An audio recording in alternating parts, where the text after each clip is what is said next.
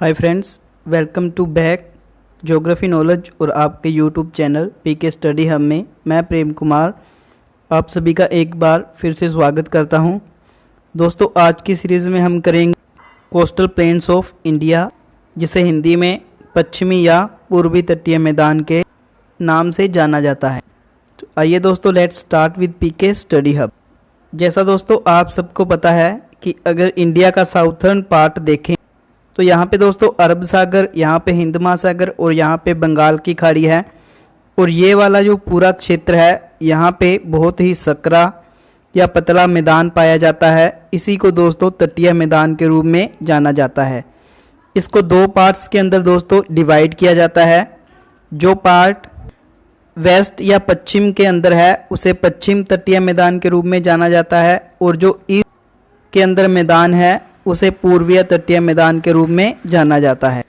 इस प्रकार दोस्तों प्रायद्वीपीय भारत के पठार के उचावच को अध्ययन की सुविधा की दृष्टि से दो भागों में विभाजित करते हैं, जिसमें एक पश्चिमी तटीय मैदान, दूसरा पूर्वी तटीय मैदान के रूप में जाना जाता है। और यहाँ पे दोस्तों अनेक नदियाँ हैं जो प्रभावित होती हैं। जैसे हम यहाँ पे देखें तो कुछ नदियाँ हमारी इस ओर आके बंगाल की खाड़ी में गिर जाती हैं और दूसरी ओर इस ओर आके अरब सागर में गिर जाती हैं। तो ये नदियाँ जब अपने साथ कंकड़ पत्थर लेकर आती है तो इन्हें इस प्रकार यहाँ पे जमा कर देती है और इन्हीं के कारण ये मैदान बने हैं। तो आइए दोस्तों इनको डिटेल में स्टडी करें। तो ये है दोस्तों हमारा कोस्टल प्लेन्स ऑफ इंडिया, जो कि यहाँ से दोस्तों गुजरात से शुरू होकर कन्याकुमारी और इधर वाला दोस्तों पश्चिम बंगाल या उड़ीसा से शुरू होकर कन्याकुमारी तक है। इन्हें दोस्तों अलग अलग नामों से जाना जाता है। जैसे जो गुजरात का मैदान है उसे दोस्तों काठियावाड़ कोस्ट के नाम से जाना जाता है। उसके बाद दोस्तों जो महाराष्ट्र का एरिया है उसे दोस्तों कोंकण तट के रूप में जाना जाता है। उसके बाद जो नीचे वाला एरिया है केरला का, इसे दोस्तों मालाबार के रूप में जाना जाता है। इसी प्रकार जो उड़ीसा का एरिया है उसे उत्कल तट के नाम से जाना जाता है। जो आंध्र प्रदेश का एरिया है उसे आंध्र का तट भी बोला जाता है, और जो तमिलनाडु का एरिया है उसे दोस्तों कोरोमंडल के तट के रूप में जाना जाता है। अगर इस मैदान की दोस्तों बात करें तो ये वाला मैदान है, इसकी चौड़ाई यहाँ पे ज़्यादा है, यानी उत्तर के ओर इसकी चौड़ाई ज़्यादा है। और अगर पूर्वी मैदान की बात करें तो इसकी चौड़ाई दोस्तों दक्षिण के अंदर ज़्यादा है। ये बात भी आप याद रखना। नेक्स्ट दोस्तों सबसे पहले हम पश्चिमी तटीय मैदान के बारे में पढ़ेंगे, जो कि गुजरात से लेके दोस्तों कन्याकुमारी या कन्याकुमारी को कैप कोमोरिन और कुमारी अंतरीप के नाम से भी जाना जाता है। तो ये दोनों शब्द दोस्तों लिखे हुए आ सकते हैं कि जो पश्चिमी तटीय मैदान है उसका विस्तार कहाँ तक है। अगर इसकी चौड़ाई की बात करें तो दोस्तों नर्मदा और तापी नदियों के मुहाने पर इसकी चौड़ाई सबसे अधिक है। जैसे दोस्तों ये हमारा गुजरात का रीजन है, यहीं पे दोस्तों नर्मदा और तापी नदियां हैं, तो यहाँ पे इस मैदान की चौड़ाई सबसे ज़्यादा है।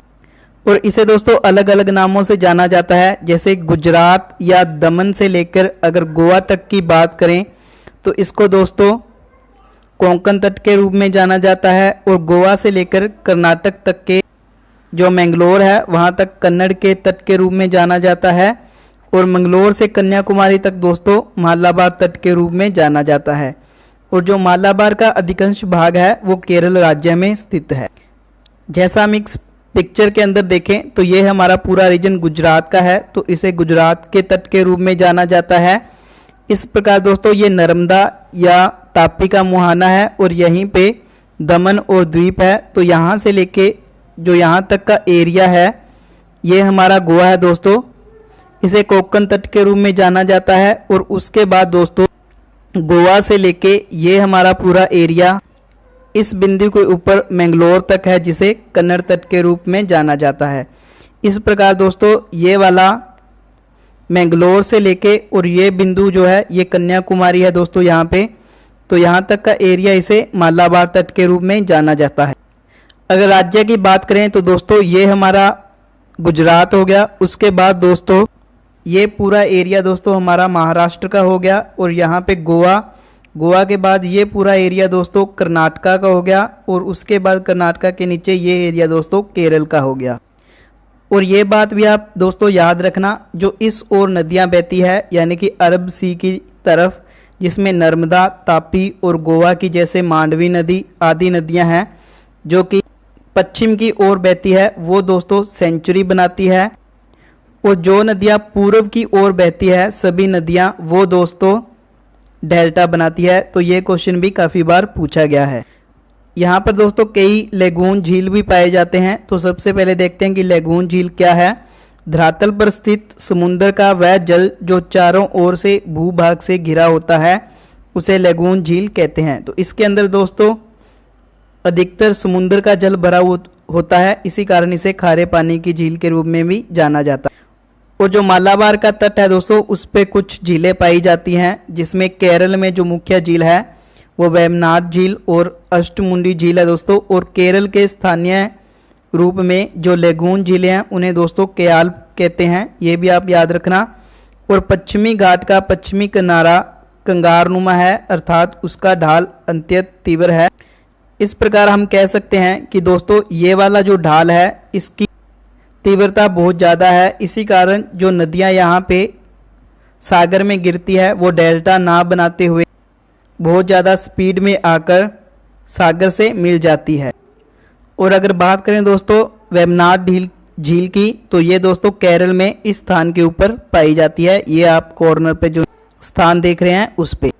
यहाँ पे दोस्तों आपको डेल्टा, सेंचुरी और जो लेगून है उसमें थोड़ा सा डिफरेंस बता देता हूँ।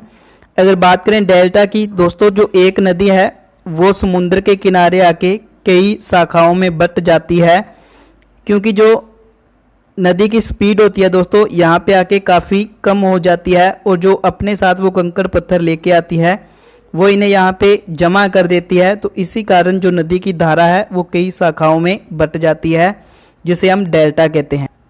अगर बात करें दोस्तों सेंचुरी की, तो यहाँ पे ढाल बहुत अधिक होता है, इस कारण जो नदी है वो एक ही धारा के रूप में आके सीधी समुद्र के जल से मिल जाती है, जिसे सेंचुरी या ज्वारनुमुख के नाम से जाना जाता है।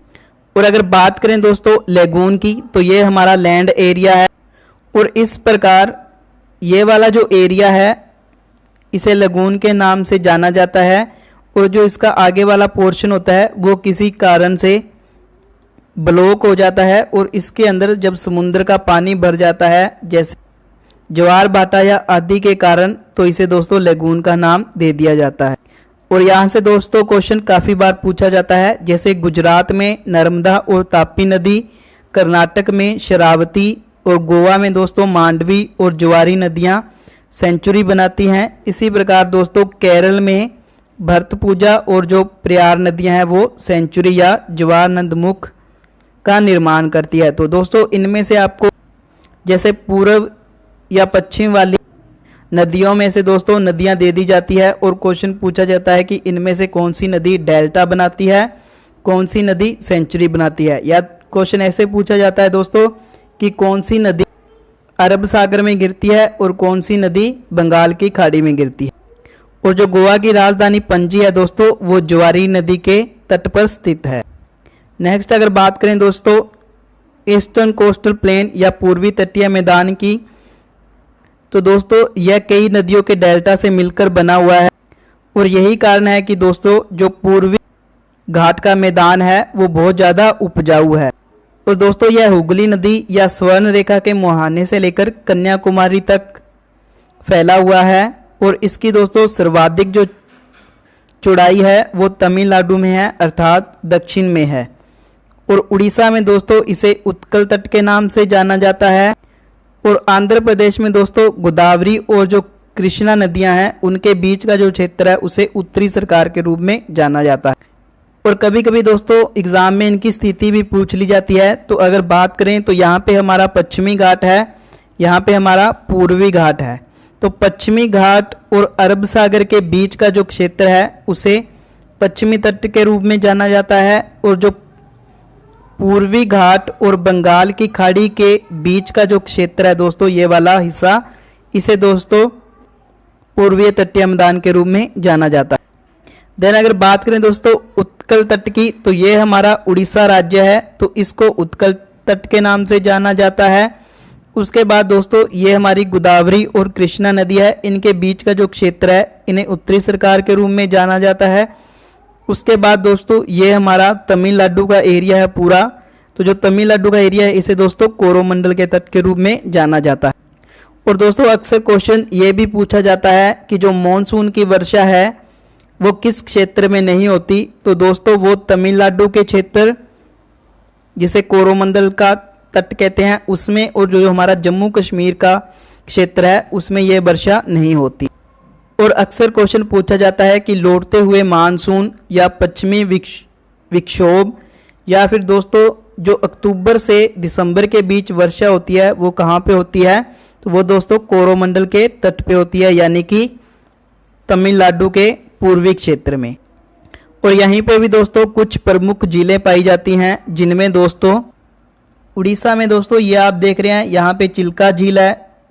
और उसके बाद दोस्तों आंध्र प्रदेश में दोस्तों ये वाला जो बिंदु है यहाँ पे दोस्तों बिल्कुल किनारे के ऊपर दोस्तों पुलकित झील पाई जाती है। और यहीं पे दोस्तों जो श्रीहरिकोटा द्वीप है वो स्थित है, जहाँ से रॉकेट या मिसाइल वगैरह अक्सर लॉन्च किए जाते हैं। तो ये क्वेश्चन अक्सर पूछा जाता है कि जो सतीश धवन अंतरिक्ष केंद्र है वो कहाँ पे है, तो वो आंध्र प्रदेश में है। और जो हमारी पुलकित झील है उसके ऊपर ही एक द्वीप श्रीहरिकोटा द्वीप पे स्थित है, तो ये भी आप याद रखना।